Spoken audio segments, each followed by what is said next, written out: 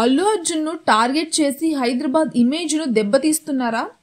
నిజం గడప దాటేలోపు అబద్ధం ఊరంతా చుట్టి వస్తుందన్నది నానుడి. అల్లు అర్జున్కి సంబంధించిన కేసులోనూ అదే జరిగింది.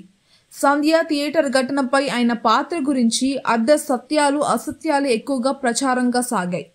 అసలు వాస్తవాలు ఇప్పుడు క్రమంగా బయటపడుతున్నాయి. ఒక్కొక్కరిగా గొంతు విప్పే పరిస్థితి వస్తుంది. అందులో టాలీవుడ్ ప్రముఖుల నుంచి బాలీవుడ్ సెలబ్రిటీల వరకు స్వరం పెంచుతున్నారు.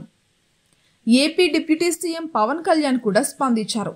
అల్లు అర్జున్ను ఏకపక్షంగా నిందించడం తగదు అంటూ వ్యాఖ్యానించారు. ఆయనే దోషి అన్నట్టుగా చిత్రీకరించడం తగదన్నారు. ఒక వ్యక్తికి ఆపాదించే ప్రయత్నం సరికాదన్నారు.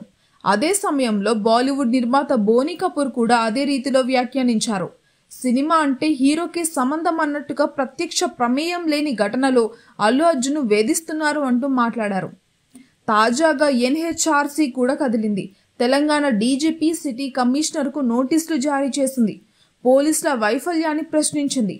లాఠీ చార్జ్ చేసిన తీరు మీద ఆగ్రహించింది. నోటీసులకు 4 వారాల్లో సమాధానాలు ఇవ్వాలని ఆదేశించింది. దాంతో పోలీసులు భద్రతా వైఫల్యం బయటపడే అవకాశం కూడా ఉంది. సీనియర్ అడ్వకేట్ పిటిషన్తో ఎన్హెచ్ఆర్సీ జారీ చేసిన నోటీసుల అంశం పోలీసుల మెడకు చుట్టుకునే అవకాశం కూడా ఉంది. ఇప్పటి వరకు అల్లు అర్జున్ను బద్నం చేస్తూ సాగించిన ప్రచారానికి ఈ పరిణామాలు ఫుల్ స్టాప్ పెడుతున్నాయి. అసలు వాస్తవాలు వెలుగులోకి వస్తున్నాయి. కానీ అదే సమయంలో ఇంటర్నేషనల్గా ఎంటర్టైన్మెంట్ క్యాపిటల్గా ఎదిగే ప్రయత్నంలో ఉన్న హైదరాబాద్ ఇమేజ్కు ఇవన్నీ చేటు తెస్తాయని వాదన కూడా బలపడుతుంది.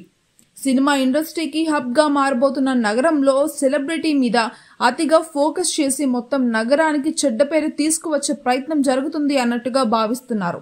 అల్లు అర్జున్ ప్రత్యక్షంగా ప్రమేయం లేకపోయినా కేసుని ఆయన మెడకు చుట్టాలన్న ప్రయత్నంలో మొత్తం టాలీవుడ్లోనే అలజడి రాజేసిన తీరుని ప్రస్తావిస్తున్నారు. ఇలాంటి చర్యలు శ్రేయస్కరం కాదని ప్రస్తుత పరిణామాలు తేటతెల్లం చేస్తున్న తరుణంలో యంత్రాంగం తీరు మార్చుకోవాల్సిన అవసరాన్ని కూడా చాటుతోంది.